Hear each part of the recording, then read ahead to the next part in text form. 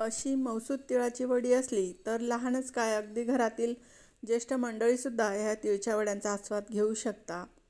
बऱ्याचदा तिळचे लाडू हे कडक असल्यामुळे आपल्या घरातील वडीलधाऱ्या व्यक्तींकडून हे खाल्ले जात नाही. पण या पद्धतीने एकदा तिळच्या वड्या करून बघा. अगदी छान मौसूद खुसखुशीत होतात. बनवायला अगदी सोप्या आहेत आणि अगदी महिनाभर टिकतात.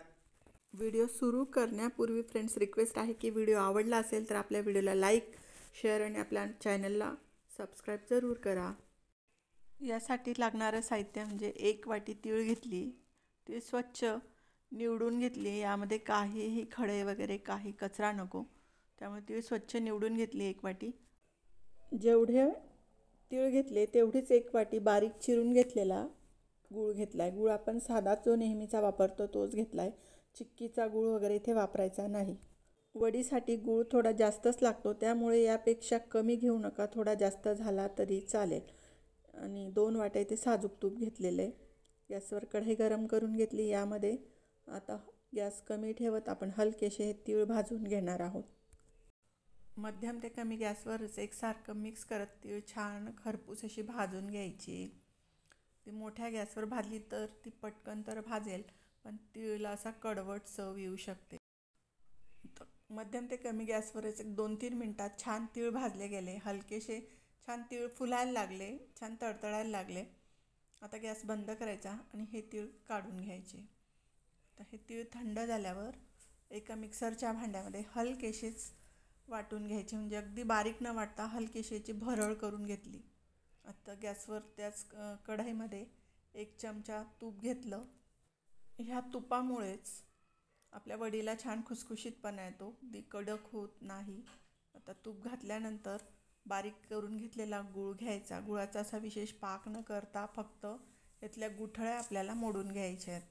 मध्यम ते कमी गॅसवरच 1-2 मिनटात ह्या सगळ्या गुठळ्या मोडल्या जातात.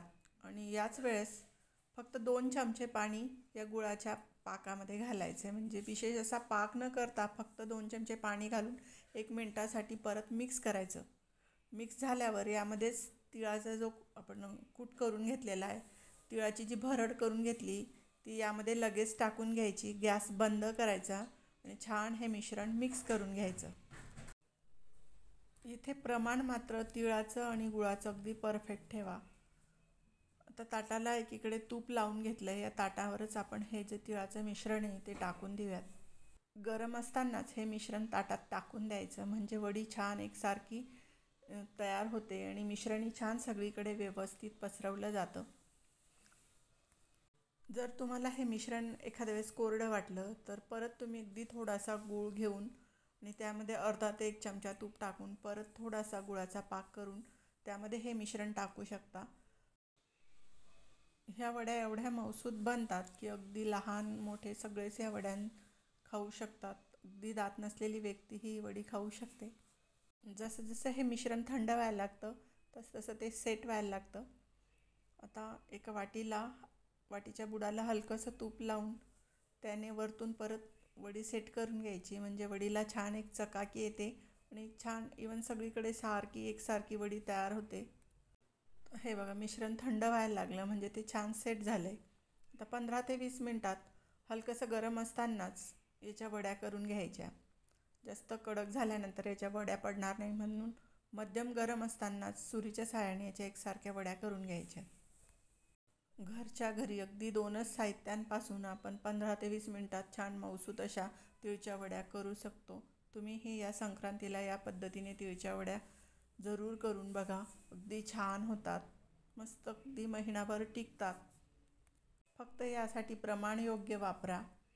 तुमची वडी अगदी परफेक्ट होईल. याच पद्धतीने आपण शेंगदाण्याच्या कुटापासूनही वडी करू शकतो. त्याही अशाच मौसूद बनतात. तर तुम्ही नक्की जरूर करून बघा. आणि व्हिडिओ आवडला असेल तर आपल्या व्हिडिओला लाईक, शेअर आणि अन्नपूर्णा किचनला सबस्क्राईब जरूर करा. व्हिडिओ पूर्ण पाहिल्याबद्दल आपले आभार. धन्यवाद. Thank you friends.